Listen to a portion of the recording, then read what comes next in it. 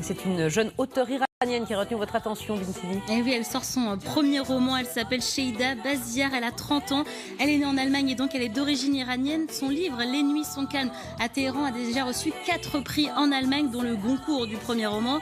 Alors son roman sort seulement quelques semaines après les dernières manifestations en Iran, souvenez-vous.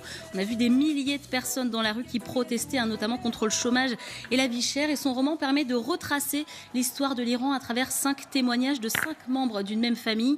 On est d'abord avec les parents en 1979, un jeune couple de militants communistes qui tentent de se battre contre le régime imposé par l'ayatollah Khomeini après le départ du Shah, avec tout ce que ça implique, réunions secrètes, trafic d'armes, aussi des amis qui disparaissent ou qui sont enfermés.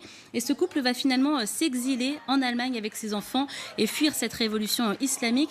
Et ensuite, dans ce livre, ce sont les 3 enfants qui parlent. Ils racontent leur enfance, leur double culture, comment ils ont vécu depuis l'Allemagne, aussi les manifestations de 2009 en Iran contre la réélection d'Ahmadinejad. On le voit sur les images. Et ces enfants nous parlent aussi de la difficulté de vivre avec des parents qui peinent à apprendre cette nouvelle langue et qui ont dû tout recommencer à zéro. Alors même si c'est un roman, beaucoup de choses sont autobiographiques dans ce livre. J'ai rencontré hier Sheida Baziar avec David Verhaeghe et son objectif, ce n'était pas de parler d'elle, mais de l'impact de l'exil sur plusieurs générations. Ce que je veux montrer avec ce roman, c'est qu'il y a différentes situations, différents points de vue.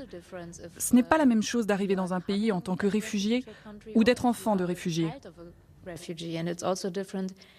C'est aussi différent si vous êtes un enfant né dans un nouveau pays ou né dans le pays de vos parents. Et je voulais montrer tout ça à travers des personnages qui vivent réellement cette expérience en donnant leur propre point de vue.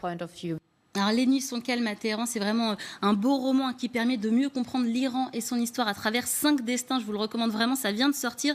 Je vous conseille aussi 2 autres lectures, Marx et la poupée, c'est aussi sur l'Iran. C'est le Goncourt du premier roman 2017 en France. C'est vraiment un livre très puissant, très bien écrit par Mariam Majidi. Elle nous raconte son exil et son arrivée en France à l'âge de 6 ans et ses difficultés d'intégration. Autre livre très réussi, c'est une BD, Love Story à l'iranienne.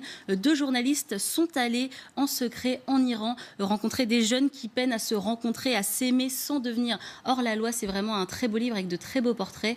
3 lectures donc sur l'Iran. Eh bien, merci.